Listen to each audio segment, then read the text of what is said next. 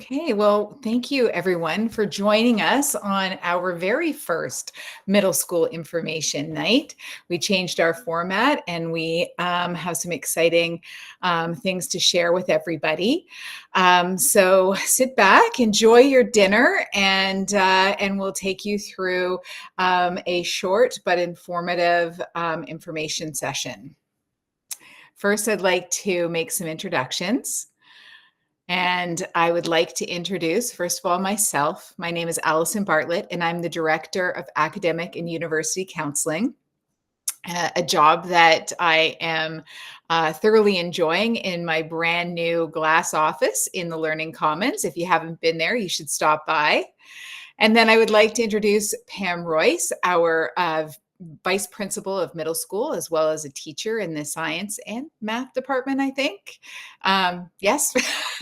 And Christina Schindler, our very brand new principal of the middle senior school, and Rebecca Sutherland, our MYP coordinator and teacher in the French department. Pam, I'm going to let you take it away. Okay, thank you. I'm just here to do a quick overview of middle school in general and how it works and what some of the differences are if your family's in the junior school right now. So in middle school, our school day is from 8:10 till 3:45.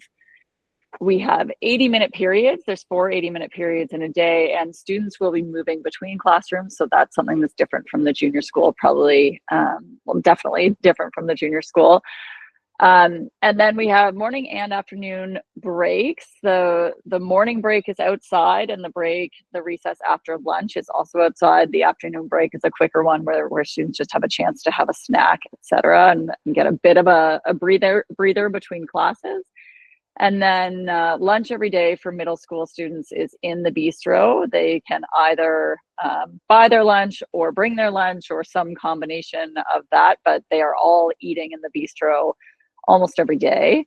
And then in general, we have some sort of community time every day. So they will either have homeroom time or a full school assembly, maybe a middle school assembly, or some house events. And then there's also co-curricular activities that happen daily, sometimes inside school time and sometimes outside of school time, depending on what it is. Next slide, please. So for those families who have a student in grade 5 right now, at Elmwood, we have a half day-ish in June that we call the grade 5 orientation day, where the grade 5 classes with their teachers come up to the senior school. And we have some activities for them. They meet up with the current grade 6s, and they have grade 6 buddies. We try to introduce them to as many teachers as we can, but the teachers aren't always available. They might be teaching, and also they're not confirmed necessarily to be the grade 6 teachers for the next year. So as many as we know will be teaching those students, we'll try and introduce them. And the grade 6s, we've actually been meeting them in lunches this year. We've had one with one of the grade 6s, and maybe we've done both, but we're getting suggestions from them about what they wish they had been told that day and what they were glad they were told that day. And so we've got some new things that we're going to make sure to tell the grade 5s, and some old good ones that they were glad that they had been told as well. On that day also, we'll make sure that students understand the uniform requirements, because the uniform in the senior school is different from in the middle school, and how the bistro works. We'll take them to the bistro and tell them about their co-curricular options for middle school when they get there. Next slide, I guess. I'll just say before you move on, I did put a note in the chat, but if you have questions, you can either just raise your hand or put them in the chat. We also have a Q&A allocation at the end of the presentation. So here. Thanks. And then just in general, overall expectations, we really want students to make the most of all the opportunities at school in terms of co-curriculars. There are clubs and councils that happen in school time, as well as some clubs that are available that they can choose to join outside of school time. There's lots of teams. There are music opportunities and drama opportunities, art opportunities. There's so many different things they can join.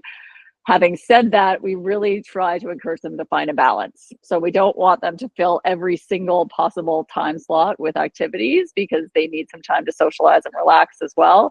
So homeroom teachers really try to help with that, to facilitate kind of setting up their schedule for the week and realizing how much they're committing to, and making sure that they are taking advantage of the opportunities, but also taking some time to relax and some time for themselves. The other kinds of opportunities that we really hope they take advantage of is we have Camp Elmwood at the beginning of every year. We go to, I forget the name of the camp, Wanakita?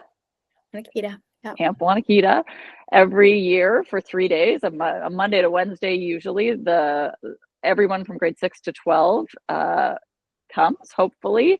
And it does tend to be a highlight of the year for many, many students. It's a great way to meet new students, to meet friends for new students, and to meet people that you didn't otherwise talk to or didn't really get to know in the past. It's a really, really fun time. And then there's also house events throughout the year. Each student is in a house, and we're trying to actually add more events in the coming years as well. So some friendly competitions and meetings and times to spend time just with your house and then competing with the other houses.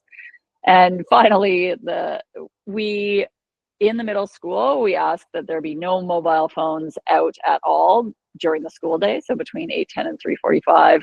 This is a really, really important thing in middle school, so they can just focus on socializing with each other. They can focus on paying attention in class. We have found it to be extremely successful, especially this year. Really, there haven't been phones out at all, and it just means they get to sort of get away from that part of their lives for the school day, and focus on face-to-face interactions and just having fun and doing the activities that are available at school. So I can answer any questions later in the presentation, but that's the end of my part. I'll pass it over to Christina. Thank you, Pam. And so as we transition to a bit more information for you about academics in the middle school years, I wanted to start by talking a little bit about student support. It's one of the elements that we purposefully plan for in the transition from junior school to middle school, in part because it's a stepping stone on their learning journey, but in part because it's these next couple of years are where we help to add more responsibility and more understanding of who they are as learners, and all the different tools that are available for their academic success.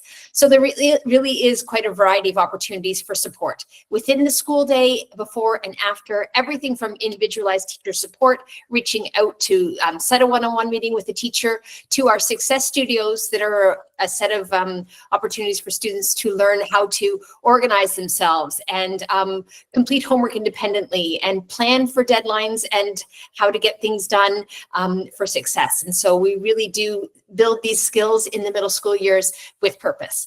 We also offer extra help sessions on a drop-in basis in more of a before and after school model, and that I can't share the detail of what that will look like exactly next year, but it's something that will come.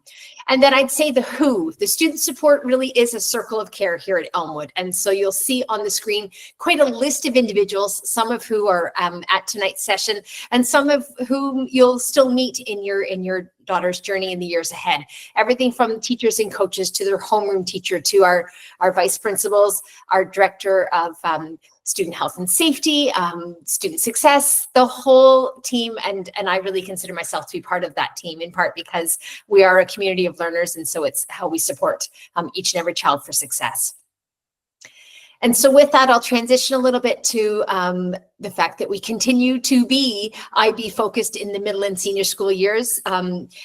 In the junior school, the program is really transdisciplinary and focused on skills and the cornerstones, not only of literacy and numeracy success, but also how to be a learner. In the middle school years, which is grades 5 all the way through to grade 10, the students continue to develop their creative thinking, their critical thinking, their collaboration skills, those essential core components of being their best in academics. Well, they also explore more intellectual challenge and really have the chance to dive deeper into inquiry, as well as some really robust hands-on learning experiences, all in preparation for our diploma program, which is again part of the IB Continuum, and that exists in grade 11 and 12. And a little bit of an interesting fact, I'm not sure if you're aware, is that there's only really about 5% of schools that offer all 3 components of this program. And so that is something that sets Elmwood apart, and we're really, really proud of that. And so with that, I will turn it over to Rebecca, who is our MYP coordinator, and she'll give you a little bit more information. Thanks, Christina. So yeah, focusing now on the middle years program, which is the middle portion of that continuum. And I would argue one of the most special experiences. I find I love working with middle years students because they still have that childlike enthusiasm, but they're also learning increased independence. So it's a really special time in their educational experience, I find. And in our middle years program, we have a big focus on teaching students approaches to learning. These are the skills that help them, that will serve them throughout their life as learners. Things like communication skills, organization, thinking skills, critical thinking, creative thinking, research, social skills. These are a huge focus for us in middle years. We really want to ensure our students are equipped with these skills so that they can be successful in the diploma program, but in life as well. So that's a main focus for us. And then not only the skills, but also the dispositions. So the learner profile traits are something fundamental to the IB program as well. This is kind of philosophical in the program. We want our future people in the world to be caring, principled, good communicators, reflective, risk takers. So these are kind of some of the guiding ideas in the middle years and in the full IB program. Next slide, please.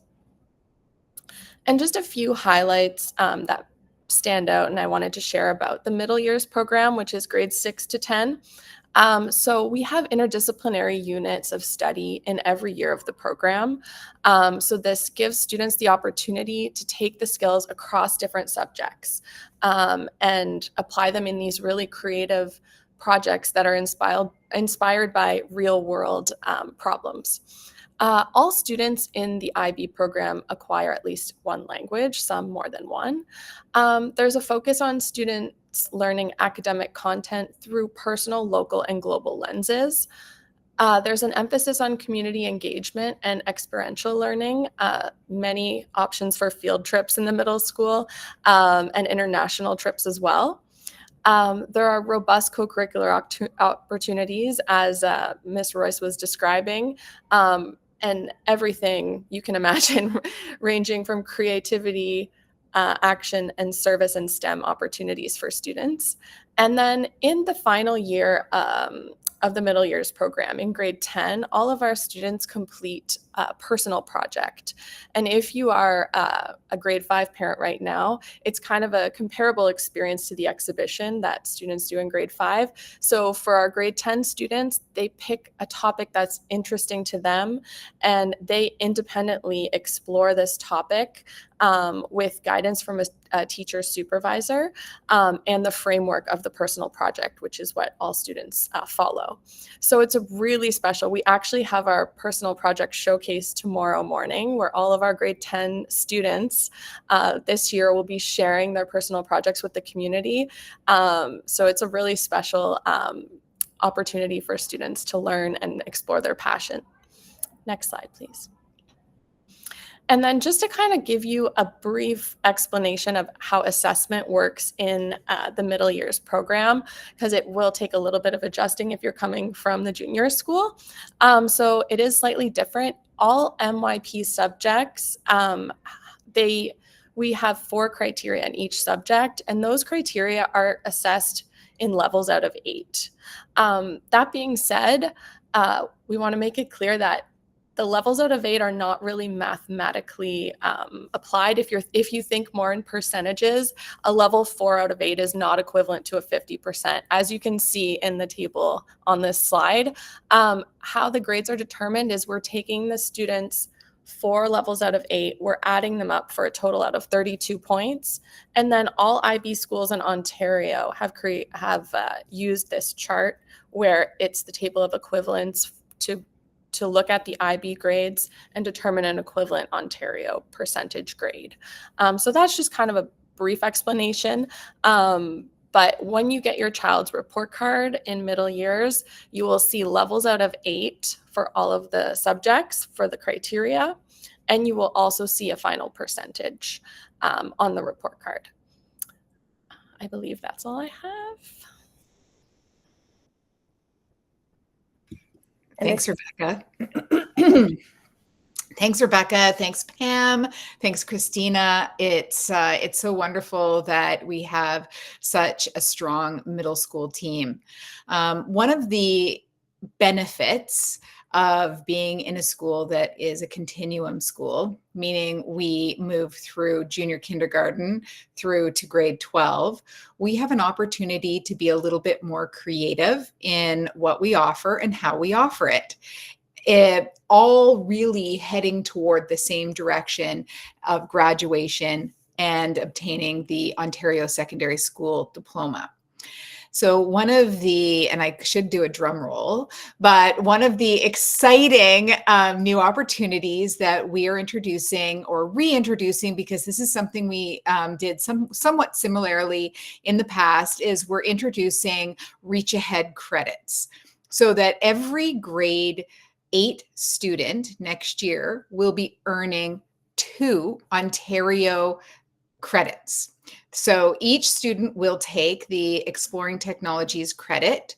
That is a recent addition to the Ontario Secondary School Diploma requirements. And if you're not familiar with the Ontario Secondary School requirements, I will be explaining those in more detail in our next presentation for the senior school, which you're welcome to join.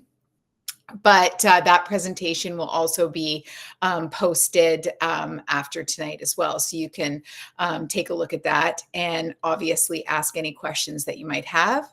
The other 2 credits that the students are going to have an opportunity to take, they'll take one of comprehensive arts or instrumental music or band. So those credits, and next slide maybe, Jennifer.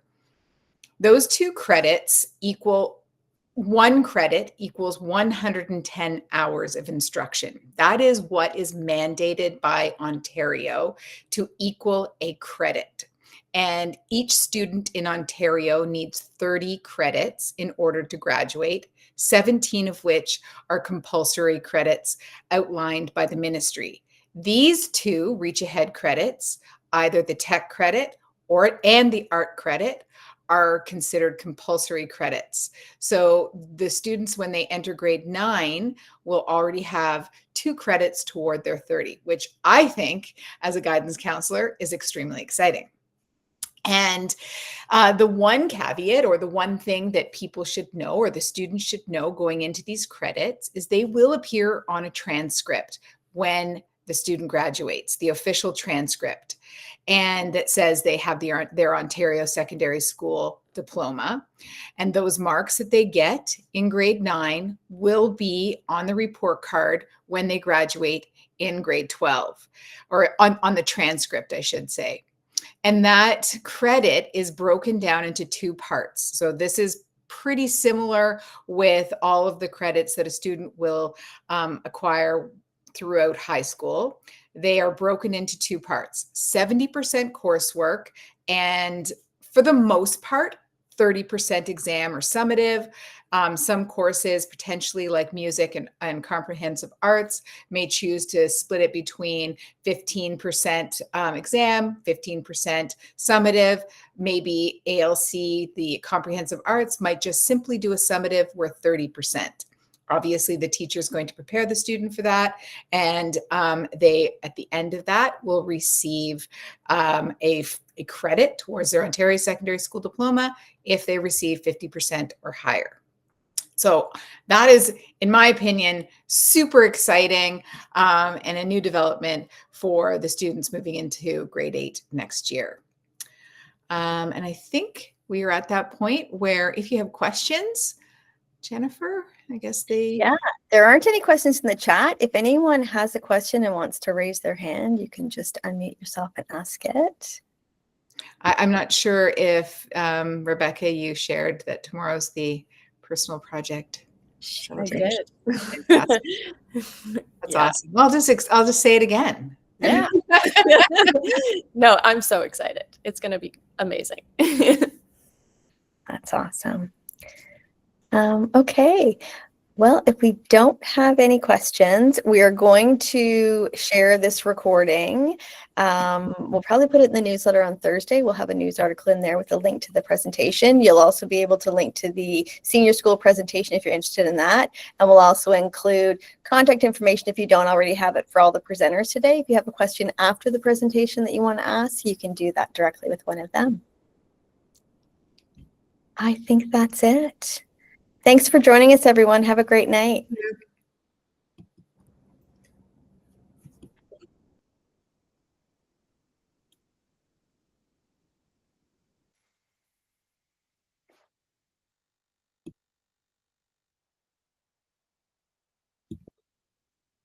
Oh, Magda has a question.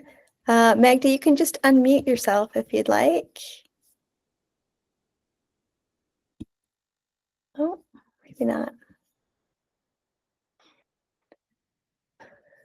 Okay.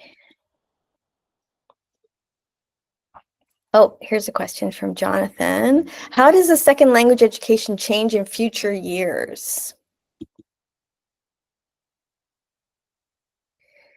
Who wants to take that? Okay, so this is Eva Richardson Seville's dad, Jonathan. Did you want to answer that, Rebecca? I would maybe just ask maybe for more clarification in the question.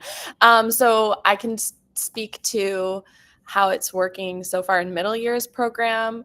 All of our students are studying French, as that's the priority in Ontario, of course, that all students learn French. And then in diploma program, and I guess also, you guys could speak to this in grade 9 or 10. There are third language options for students, including Latin and Spanish. Is that starting in grade 9 next year, Ms. Bartlett, Ms. Schindler? Yes, in grade 9, the students will be able to start a third language, but only if they've taken a summer credit so that they have room in their timetable. Okay. Yeah. So but in middle years, so up until grade 8 for sure, the focus is French. And we hope that, like, I'm a French teacher, so I'm biased towards French. I hope students will continue with French. But as they get into diploma program, there certainly are other options for language study. I hope that answers your question. If not, are there any other courses taught in French or just the French education? So we do have humanities taught in French as well for our extended French students. So yeah, that's the other course that is taught in French.